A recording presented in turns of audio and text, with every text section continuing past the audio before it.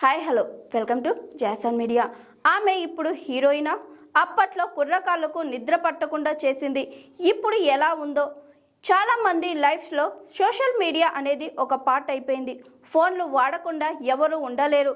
ఉదయం లేవడమే ఆలస్యం, ఫోన్ పట్టుకొని రీల్స్ చూస్తూ గడిపేస్తున్నారు. ఇప్పుడు చాలా బెటర్, ఇన్స్టాగ్రామ్ సరిపెట్టేస్తున్నారు. అప్పట్లో టిక్ టాక్ అనేది ఇండియాను షేక్ చేసింది. టిక్ టాక్ వీడియోలు చేసి చాలా మంది పాపులర్ అయ్యారు. అలాగే టిక్ టాక్ పిచ్చి వల్ల చాలా మంది ప్రాణాలు కూడా కోల్పోయారు.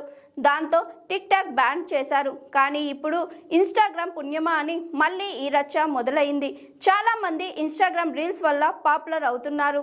అలాగే గతంలో టిక్ టాక్ టైంలో పాపులర్ అయిన వీడియోలు ఇప్పుడు మరోసారి సోషల్ మీడియాలో దర్శనమిస్తున్నాయి.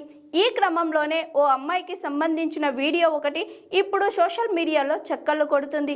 చిన్న వీడియోతో అప్పట్లో టిక్ టాక్ ను షేక్ చేసింది. అప్పట్లో విపరీతంగా ట్రెండ్ అయ్యింది. ఆ అమ్మాయి ఆ వీడియోలో తన క్యూట్నెస్ తో టిక్ టాక్ వ్యూస్ ని ఆకట్టుకుంది.